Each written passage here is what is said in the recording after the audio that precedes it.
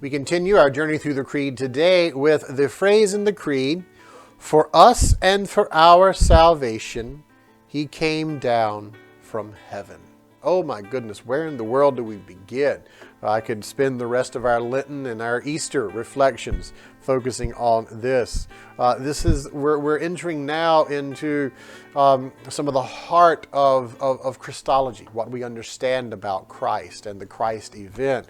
The first two sentences of the Creed outline, the first sentence is the attributes of Jesus Christ: God from God, light from light, true God from true God.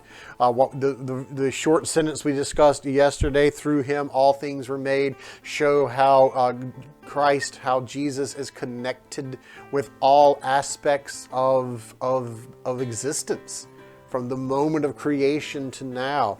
And today with the phrase, "For us and for our salvation, He came down from heaven." I want to, which one? For us, for our salvation, He came down from heaven. Let's look at for us. It's a gift that is given to us, and that's not even a good way of describing it. It's more than a gift. A gift, a lot of times, particularly in our modern concept of gifts, whether that's the original intention or not, a gift, we receive a gift and we go, "Oh my goodness, did I get a gift for this person?"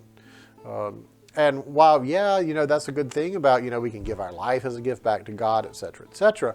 When we see this, that for us, for no other reason than God loves God's creation so much that God was willing to come down from heaven, in other words, come from where God is God in purest of form, to come be with us in our form, for us, and for no other reason.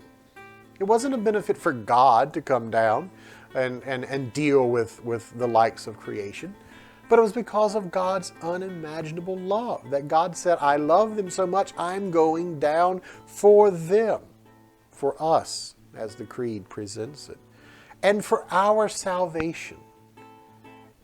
Jesus did not come down for our punishment. Jesus did not come down for our judgment. Jesus did not come down to destroy humanity. He came for our salvation. He came to make sure that the breach that we the people had caused from the very beginning just about, that breach was mended. And so that we could have full relationship and full interaction with God as God had intended with the first aspects of creation with Adam and Eve. That's what this part of the Creed tells us. For us, for me, for you, and for our salvation, our redemption, our healing, our reconnecting to God at a most intimate level, He came down from heaven. He came down from heaven. This part of the Creed reminds us that, God didn't just continue to be, in heaven, whatever is meant by that notion. We'll talk more about that throughout the rest of the Creed. But God didn't just sit up from on high and, offer, here's what you need to do. Continued words, letters and all of ways of communication. He came down and walked among us. Set a living example of how a fellow person can live like this.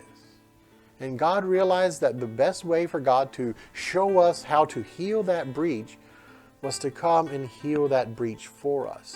And in doing so, set the example of how we should then model our earthly mortal lives. This part of the Creed is important. This introduction to the next part. And we're introducing another long sentence here. For an English teacher by first profession, we've got a lot of colons and semicolons here. But this first phrase, "For us, for our salvation, He came to be one of us." And there's nothing that we can do to change that. God came for us, each and every one of us. He came to redeem us, to save us, not destroy us, not sit in judgment over us, but to save us. And He did that by becoming one of us, setting the perfect example.